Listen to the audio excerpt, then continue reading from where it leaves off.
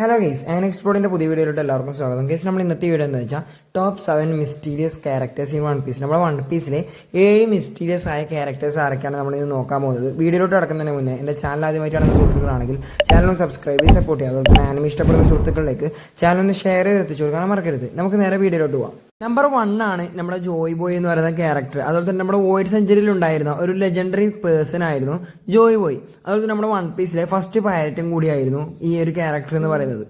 ഈ ഒരു ക്യാരക്ടറിന്റെ ഫേസ് ഒന്നും നമ്മൾ ഈ വൺ പീസിൽ ഇതുവരെ റിവീൽ ആക്കാത്തതുകൊണ്ട് ഈ ഒരു ക്യാരക്ടർ ഒരു മിസ്റ്റീരിയസ് ആയ ഒരു ക്യാരക്ടറാണ്. അതുപോലെ തന്നെ നമ്പർ 2 ആണ് ഇമൂസമ. നമ്മുടെ വേൾഡ് ഗവൺമെന്റിലെ ടോപ്പ് ത്രോണിലിരിക്കുന്ന ഒരു ക്യാരക്ടറാണ് ഇമൂസമ എന്ന് പറയുന്ന ഈ ഒരു ക്യാരക്ടർ.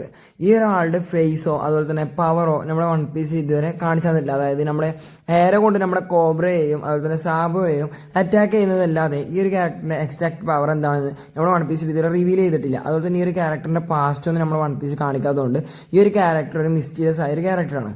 അതുപോലെ തന്നെ നമ്പർ 3 ആണ് ഡേവി ജോൺസ്. അതായത് നമ്മുടെ വൺ പീസിൽ ഈ ഒരു ക്യാരക്ടറിന്റെ ഫേസോ പവറോ നമ്മുടെ വൺ പീസ് ഇത് റിവീൽ ചെയ്തിട്ടില്ലെങ്കിലും ഈ ഒരു ക്യാരക്ടറിനെ നമ്മുടെ വേൾഡ് ഗവൺമെന്റും അതുപോലെ തന്നെ 5 വേൾഡേഴ്സും ഇമൂസമയൊക്കെ ഭയപ്പെട്ടിരുന്നതായ നമുക്ക് ഉറപ്പാണ്. അതുകൊണ്ടാണ് ഈ ഒരു ഡേവി ഫാമിലീസിനെ നമ്മുടെ വേൾഡ് ഗവൺമെന്റ് ഇല്ലാതാക്കാൻ ശ്രമിക്കുന്നത്. ഈ ഒരു ക്യാരക്ടറിന്റെ പവറും ഫേസും നമ്മൾ റിവീൽ ആക്കാത്തതുകൊണ്ട് ഈ ഒരു ക്യാരക്ടർ മിസ്റ്റീരിയസ് ആയ ഒരു ക്യാരക്ടറാണ്.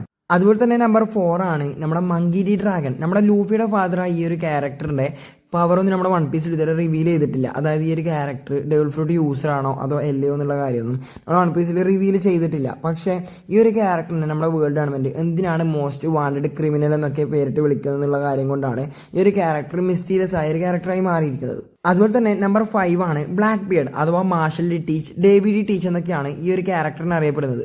ഇത്രയും പൈററ്റ്സിന്റെ ഇടയിൽ നമ്മുടെ വൺ പീസിലെ 2 ഡെവിൾ ഫ്രൂട്ട് ജയിച്ച ആദ്യ ഒരു വ്യക്തിയാണ് നമ്മുടെ ബ്ലാക്ക് ബിയർഡ്. അതുപോലെ തന്നെ ഈ ഒരു ക്യാരക്ടർ എങ്ങനെയാണ് 2 ഡെവിൾ ഫ്രൂട്ട് കഴിച്ചിട്ടും ഇപ്പോഴും ജീവനോടെ ഇരിക്കുന്നുള്ള കാര്യം മിസ്റ്റീരിയസ് ആയ ഒരു കാര്യമാണ്. അതുപോലെ തന്നെ ഈ ഒരു ക്യാരക്ടറും ഡേവി ഫാമിലിയിലുള്ള ഒരു മെമ്പർ ആണെന്നുള്ള കാര്യം നമുക്ക് കൺഫേം ആയിട്ടുണ്ട്.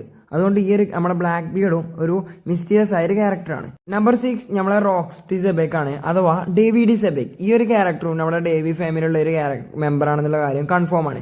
അതുപോലെ തന്നെ ഈ ഒരു ക്യാരക്ടറിന്റെ പവർ ഒന്നും നമ്മുടെ വൺ പീസിൽ ഇതുവരെ റിവീൽ ചെയ്തിട്ടില്ല. ഡെവിൾ ഫ്രൂട്ട് യൂസർ ആണോ അതോ എല്ലോ എന്നുള്ള കാര്യം ഇതുവരെ റിവീൽ ആക്കിയിട്ടില്ല. നമ്മുടെ ബ്ലാക്ക് ബിയർഡിന്റെ ഫാദറാണ് ഈ ഒരു റോക്സ്റ്റി സെബേക്ക് അഥവാ ഡേവി ഡി സെബേക്ക് എന്ന് പറയുന്ന ഈ ഒരു ക്യാരക്ടർ. അതുപോലെ തന്നെ നമ്പർ 7 ആണ് പാണ്ടാമാൻ. ഈ ഒരു ക്യാരക്ടറിനെ നമ്മുടെ വൺ പീസിൽ അധികവും ബാക്ക്ഗ്രൗണ്ടുകളിലാണ് നമ്മൾ കണ്ടിട്ടുള്ളത്. പക്ഷേ ഈ ഒരു ക്യാരക്ടറിന്റെ എക്സാക്ട് പവർ ഒന്നും നമ്മുടെ വൺ പീസിൽ ഇതുവരെ റിവീൽ ചെയ്തിട്ടില്ല.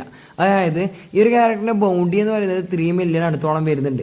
എന്തുകൊണ്ടാണ് നമ്മുടെ ഓട ഈ ഒരു ക്യാരക്ടറിന്റെ ബാക്ക്ഗ്രൗണ്ടുകളിൽ ഇങ്ങനെ വെക്കുന്നത് എന്നുള്ള കാര്യം മിസ്റ്റീരിയസ് ആയ ഒരു കാര്യമാണ്. അപ്പൊ എന്റെ വീഡിയോ ഇത്ര മാത്രമേ ഉള്ളൂ. വീഡിയോ ഇഷ്ടമായ ലൈക്ക് ചെയ്യുക, അതുപോലെ തന്നെ ചാനൽ ഒന്ന് സബ്സ്ക്രൈബ് ചെയ്ത് സപ്പോർട്ട് ചെയ്യുക. അതുപോലെ തന്നെ നിങ്ങളുടെ അഭിപ്രായം നിങ്ങൾ താഴെ കാണുന്ന കമന്റ് ബോക്സിൽ രേഖപ്പെടുത്താൻ മറക്കരുത്. അപ്പൊ അടുത്തൊരു വീഡിയോ ആയി വരുന്നവരേക്കും എല്ലാവർക്കും ബൈ.